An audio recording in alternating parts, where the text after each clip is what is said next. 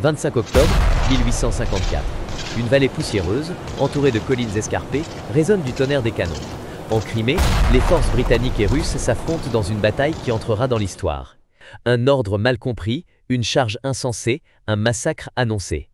Aujourd'hui, nous plongeons dans l'épisode le plus célèbre de la guerre de Crimée, la bataille de Balaklava et la tragique charge de la brigade légère. En 1853, l'Empire russe entre en guerre contre l'Empire ottoman. Londres et Paris ne peuvent tolérer cette expansion et décident d'intervenir. Une coalition franco-britannique débarque alors en Crimée en 1854 et assiège la base navale russe de Sébastopol. Pour les Russes, l'enjeu est de briser ce siège en attaquant la ville portuaire de Balaklava, un centre vital pour le ravitaillement des troupes alliées. Au matin du 25 octobre 1854, l'armée russe, forte de 25 000 hommes et 78 canons, attaque les fortifications ottomanes défendues par les Britanniques. Rapidement, les redoutes avancées tombent sous l'assaut. Mais lorsque les cavaliers russes avancent, ils sont interceptés par la brigade lourde britannique, menée par James Scarlett.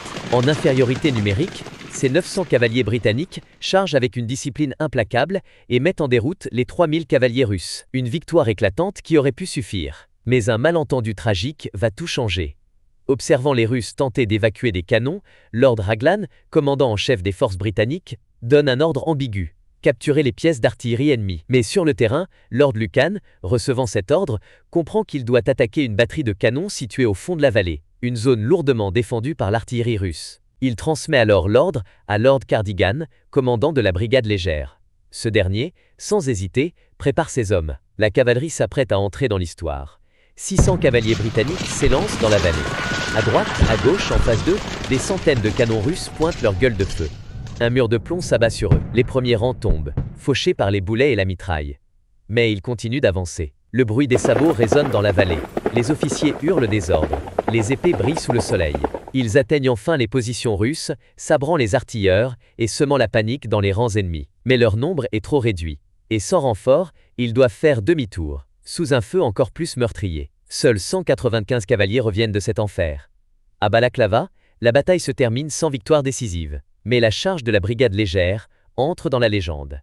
L'Angleterre pleure ses héros tombés et glorifie leur courage. Le poète Alfred Lord Tennyson immortalisera cet acte insensé dans son célèbre poème The Charge of the Light Brigade. Un exemple d'honneur, de sacrifice et de l'absurdité de la guerre. Balaklava et la charge de la brigade légère resteront à jamais un symbole d'héroïsme insensé. Était-ce un acte de bravoure ultime ou une erreur impardonnable de commandement? Une leçon de stratégie ou l'illustration des horreurs de la guerre? Dites-nous en commentaire ce que vous en pensez. Si cette vidéo vous a plu, pensez à vous abonner à la chaîne La Poudre Noire par Alex et à activer la cloche pour ne rien manquer des plus grandes batailles de l'histoire. À bientôt pour une nouvelle plongée dans le passé,